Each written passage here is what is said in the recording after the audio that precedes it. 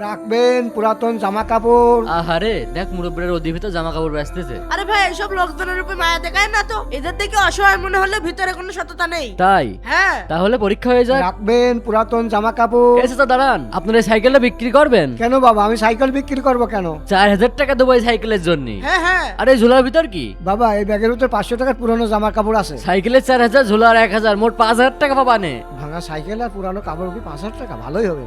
ও চাচা অত ভেবে না, ভালো দামই বলেছে ভাই। এই সাইকেল ভাঙড়ির দামে বেচলেও 1000 টাকা হবে না এনে। আরে চাচা অত ভাবার দরকার নেই, এই ধরেন এখানে 5000 টাকা আছে। এই নে ঝোলাটা নে। দাও চাচা দাও। দেন সাইকেল দেন। তাহলে যান চাচা। আচ্ছা ঠিক আছে বাবা, যাই হোক 1 মাসের ইনকাম হয়ে গেল। 1 2 3 4 5 6। আরে একখান বেশি দিয়ে ফেলেছে। ওই বাবা মনে হয় ভুল করে বেশি দিয়ে দিয়েছে। যাই ফেরত দিয়ে আসি। বুঝলি মিশন, টাকা পয়সা হাতে পালি মানুষের ইমান হারা যায়। আরে বাবা দাঁড়াও। কি হয়েছে চাচা? বাবা তুমি ভুল করে আমার 1000 টাকা বেশি দিয়ে ফেলেছো। এই নাও তোমার টাকা। আরে চাচা এই টাকা আপনি রেখে দেন।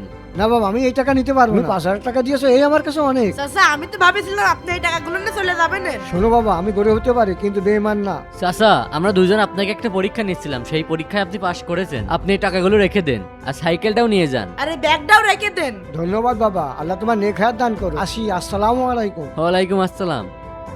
মাশাআল্লাহ, দাদুর এই সততার জন্য ভিডিওতে 20,000 লাইক চাই, তাড়াতাড়ি লাইক করে দিন।